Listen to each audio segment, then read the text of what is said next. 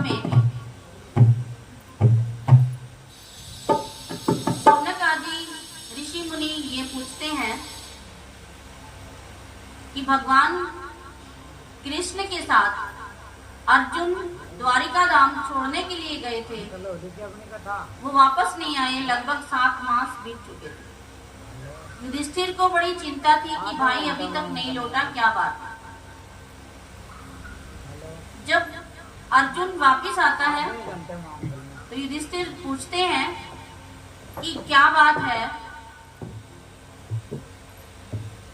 इतना समय क्यों लगाया।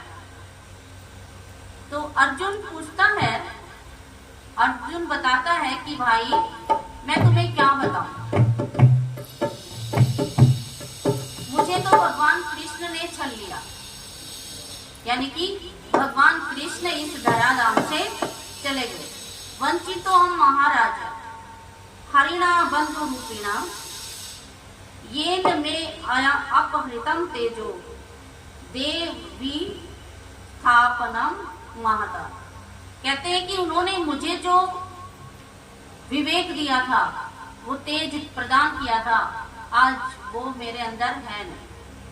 क्या क्या बताते हैं वो कि देखिए, भगवान के धराधाम से जाने के बाद मैं कुछ गोपियों को यहाँ ला रहा था। रास्ते में ही गोपों ने उन गोपियों को मेरे साथ आने नहीं दिया।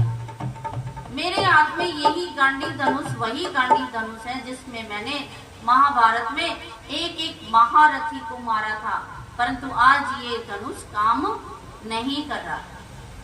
आज मैं खुद निस्तेज हो गया।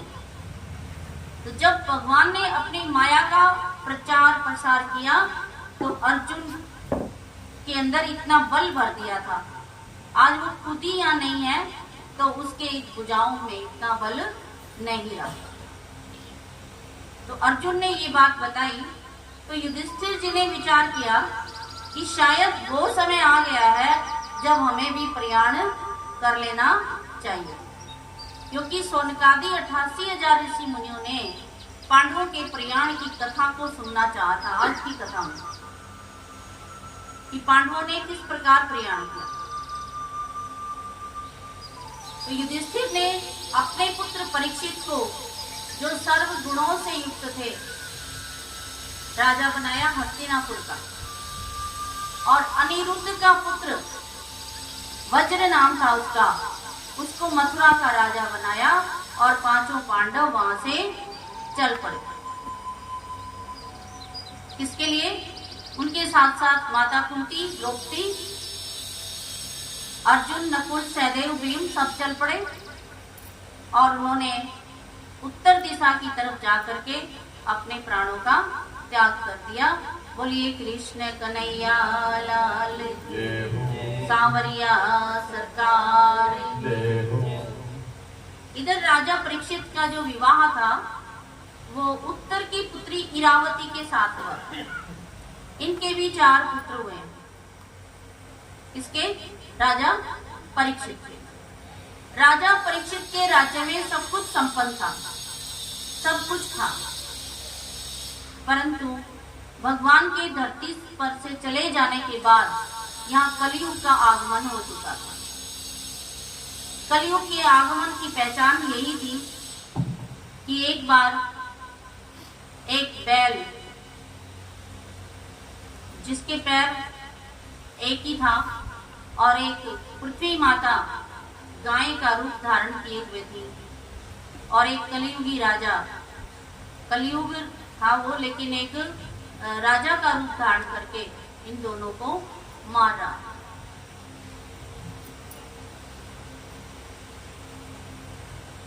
और वो कौन थी? धरती माता। और वो बैल कौन था? वो धर्म था। जब राजा परीक्षित को ये पता चला कि कलयुग का आगमन हो चुका है, उसे कैसे पता चला? कि बहुत सारे व्यक्ति आपस में लड़ाई झगड़ा करना प्रारंभ कर दिया।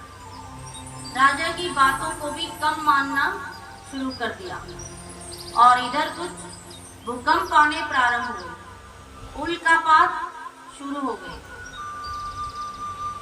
अनेक दुर्घटनाएं होनी प्रारंभ हो गई। तो राजा ने ये विचार किया कि मैं धरती पर चारों तरफ विश्व विजय के लिए जाऊंगा और ये देखूंगा कि कहां-कहां पर लोगों के मनों में अशांति है और कौन मिलजुल कर रहते हैं। तो ये देखने के लिए महाराज ने वहां से निकले और जब आगे बढ़े तो वहां देखते हैं कि एक बैल और एक गाय भी दुबली पतली, और वो आपस में बातचीत कर रहे हैं। बैल कहता है गाय को कि तुम इतनी परेशान क्यों हो? क्या तुम ये विचार करती हो कि अब आने वाले राजा दुराचारी होंगे, जो ब्राह्मणों को, विप्रों को, देवताओं को, ऋषियों को उनका हिस्सा प्रदान नहीं करेंगे? अत्याचारी राजा बढ़ जाएंगे। तो जब धर्म ने ये बात पूछी, या फिर ऐसा तो नहीं कि तुम्हारे नजदीक का कोई इस धरा से चला गया हो?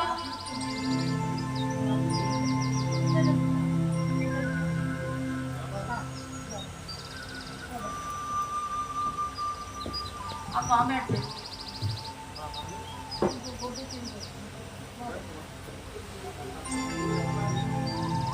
तो धर्म ये पूछ ही रहा था, तो धरती माता कहती है कि धर्म तुम सब कुछ जानते हो, तुम्हारे भी तो आज 3 पैर नहीं है, तुम भी तो 3 पैर से रहित हो। उसी समय एक कलियुगी राजा आता है और वो आकर के इन दोनों की पिटाई करना प्रारंभ कर देता। और ये कौन देख रहा था? राजा परीक्षित देख रहे थे। तो उन्होंने एकदम तलवार निकाली। तो जो कलियुगी राजा था वो समझ गया कि ये पांडवों के वंश का है और इनकी वंश की रक्षा करने वाले स्वयं भगवान कृष्ण है। ये तुझे अभी मार देगा, तुम्हें छोड़ेगा नहीं। बोलिए कृष्ण कन्हैया सांवरिया सरकार। तो कलयुग अपने रूप में आ गया और उसने हाथ जोड़ करके नमन और वंदना की कि हे भगवान, आप मुझे अपनी शरण में ले लें। शरणागत के रक्षक तो भगवान स्वयं है ही, और ये पांडवों का कुल भी ऐसा कुल है जिसमें शरणागत की रक्षा की जाती है। तो शरण में आए हुए की रक्षा करना साधु लोगों का काम होता है।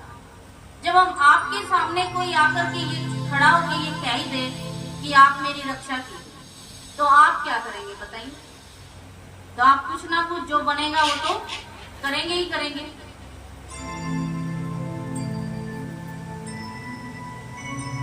तो राजा परीक्षित ने कहा कि ठीक है, आपको क्या चाहिए? बोला मुझे आपके राज्य में शरण चाहिए, मुझे कोई भी स्थान दे पर दे जाइए। तो कलयुग को राजा परीक्षित ने कहा कि तुम एक तो मध्य में, दूत में, मध्य में रहेंगे, और दूसरा दूत क्रीड़ा में रहेंगे,